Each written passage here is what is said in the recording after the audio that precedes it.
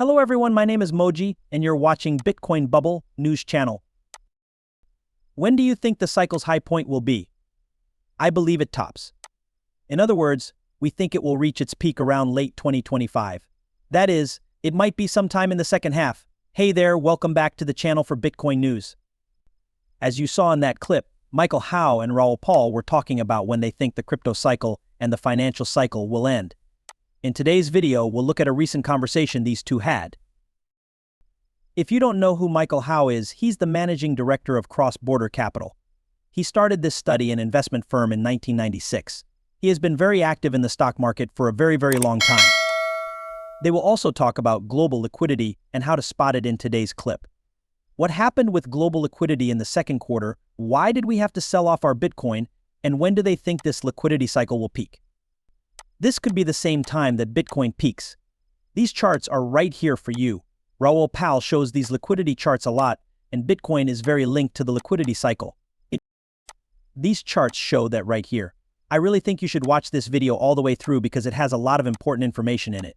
Check out our Patreon if you want to get more in-depth study and analysis on what's going on in the crypto market. Let's watch this clip. We think of liquidity in terms of the fact that money has an order. So the question is how to understand how that order changes over time. And if you think of it as a pyramid, or maybe an upside-down pyramid, the top of the pyramid is made up of central bank balance sheets, or more specifically, the parts of the balance sheet that create liquidity.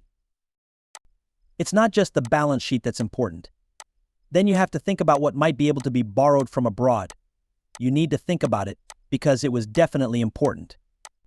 The euro-dollar markets may have been overshadowed in many ways over the last 10 years, but they may all come back in a new form. To put it another way, those investments made abroad.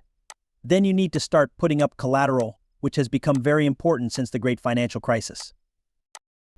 This top point is like a pyramid that keeps going up. The bottom of the pyramid is private sector cash, and that private sector cash is really based on the upper level, or the balance sheet of the central bank, and the collateral. There is also a collateral multiplier, also known as a shadow banking multiplier, that really boosts that core money and turns it into credit around the world. This is what we call global liquidity. That's what we usually look at. I'll say it again, okay, I'm on a desert island, I have to pick 2 or 3 things to look at. What are the 3 most important things? I would say that what the Federal Reserve is doing with its cash flows is number 1. It's clear that the Federal Reserve is the best central bank in the world. But first, you need to look at the People's Bank of China. To understand China's role in the world economy, you need to look at the People's Bank of China. And we know that's the case without having to use the elephant in the room as a metaphor. China has a big effect on the world economy, and the PBOC has a lot of power over that. A third thing is that you need to really understand how security markets work. And one of the best ways to figure out how collateral affects things is to look at bond volatility measures such as the MOVE. If the 3 traffic lights, let's call them the Fed, the PBOC, and the MOVE index are all green, that means that the global liquidity is very strong. This is because the Fed's balance sheet is growing, the PBC is injecting more money into the market, and the MOVE index is going down. As you can see, the Fed has been tightening liquidity during the second quarter.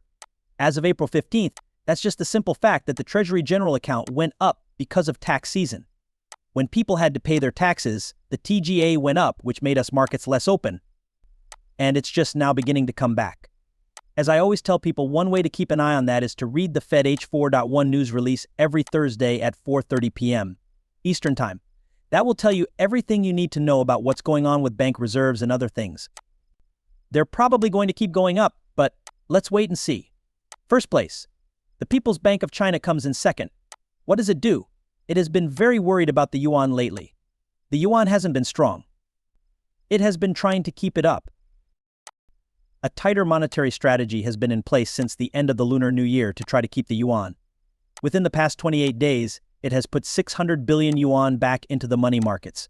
This is a very large move by the Chinese.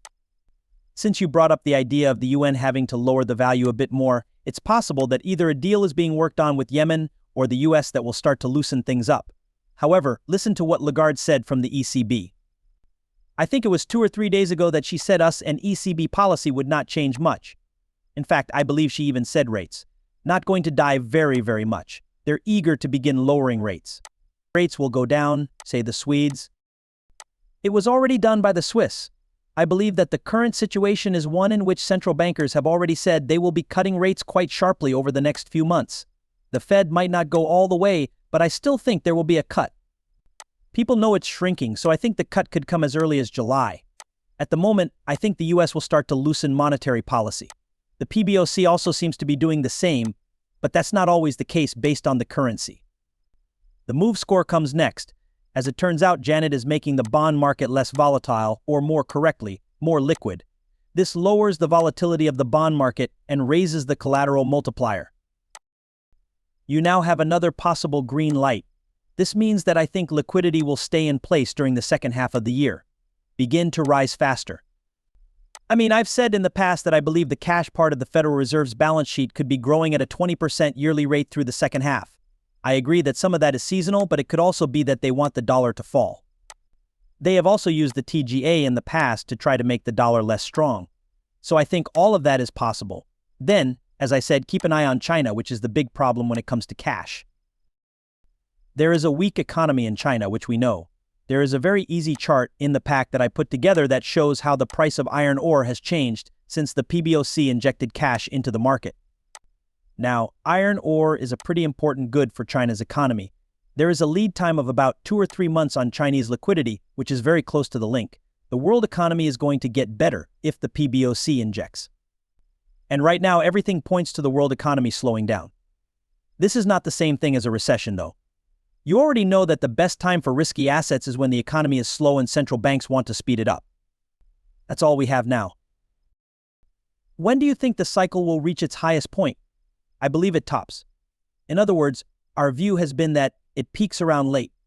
That is, it might be sometime in the second half of 2025. And I believe that's a mix of probably 2 or 3 things. One reason is that I still think inflation is very sticky. I'm not a fan of high inflation, but I believe it will stay that way. And I think that might change how the Fed or other central banks think at that time. The second thing is that I think the market will be pretty good by then. We have, in fact, asked ourselves, where are we in the cycle from my point of view? I believe we are still in the early stages of the world economy cycle. How do you feel about that? It's the same as mine. The isms didn't even show up. Yes, that's right. We must not be late. We can't be in the middle. Right now it's about 50. It's about to happen. Yes, that's right. The economy will be much better through next year, I think.